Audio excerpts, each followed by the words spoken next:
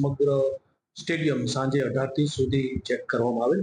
આ દરમિયાન કોઈ પણ એવી અઘટિત વસ્તુઓ સ્ટેડિયમમાંથી મળી આવેલ નથી. સ્ટેડિયમની સિક્યુરિટીને ભવિષ્યની મેચોને ધ્યાને રાખી અને વધુ ચુસ્ત અને દુરસ્ત કરવામાં આવશે અને જરૂર જણાશે તો વધારાની ફોર્સ ની ડિમાન્ડ કરી પણ આગામી મેચોનું આયોજન કરવામાં આવશે.